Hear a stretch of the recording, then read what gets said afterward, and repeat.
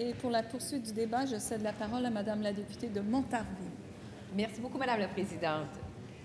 41 des immigrants ne connaissaient pas le français au moment de leur arrivée au Québec en 2014 et 72 de ceux admis en 2012 n'avaient toujours pas suivi de cours de francisation en 2015. Pire encore, et c'est peu connu, le taux de décrochage chez les immigrants inscrits à des cours de francisation à temps plein est d'en moyenne 13 par année et de 26 pour ceux inscrits à temps partiel. Le constat est clair et préoccupant. Le modèle actuel ne fonctionne pas et ne permet pas de contrer le déclin du français au Québec, un déclin qui menace notre identité même.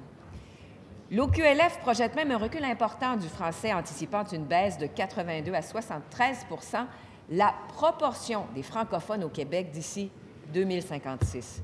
C'est alarmant et on doit agir en conséquence, notamment pour nos générations futures. Le français, c'est notre tissu social, c'est la clé qui donne accès à notre culture, c'est la langue du travail, mais c'est le point de rencontre entre les Québécois et les immigrants.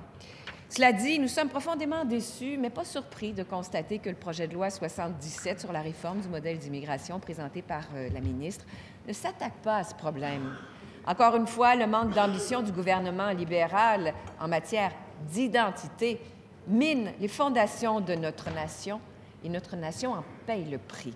Donc, de son côté, la CAQ a pris l'engagement ferme de faire en sorte que de maîtriser le français soit une obligation pour tous les nouveaux Québécois. Nous avons pris l'engagement de mettre un nouveau pacte d'engagement réciproque entre le gouvernement et les immigrants. Les cours de francisation doivent être obligatoires, que ce soit en milieu de travail ou sur les bancs d'école, et il doit y avoir des obligations de résultats, car actuellement, les gens qui nous écoutent l'ignorent, les cours de francisation ne sont pas obligatoires.